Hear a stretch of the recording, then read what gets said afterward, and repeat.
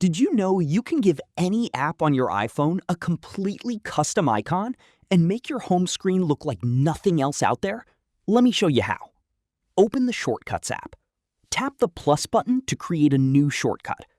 Now we need to search for the option to Open App and select the app you want to customize. In this tutorial, I will choose the Settings app. Now tap the drop-down arrow at the top, tap Rename, and give it a name. I'll call it Settings. Then tap Add to Home Screen. In this menu is where the magic happens. Tap Image and select any image from your camera roll as the icon. Tap Add and it appears on your home screen with your custom icon. Yes, you have to do this one app at a time. It takes a few minutes per icon, but the end result is completely worth it. And here's the best part. You can download full icon sets online for free.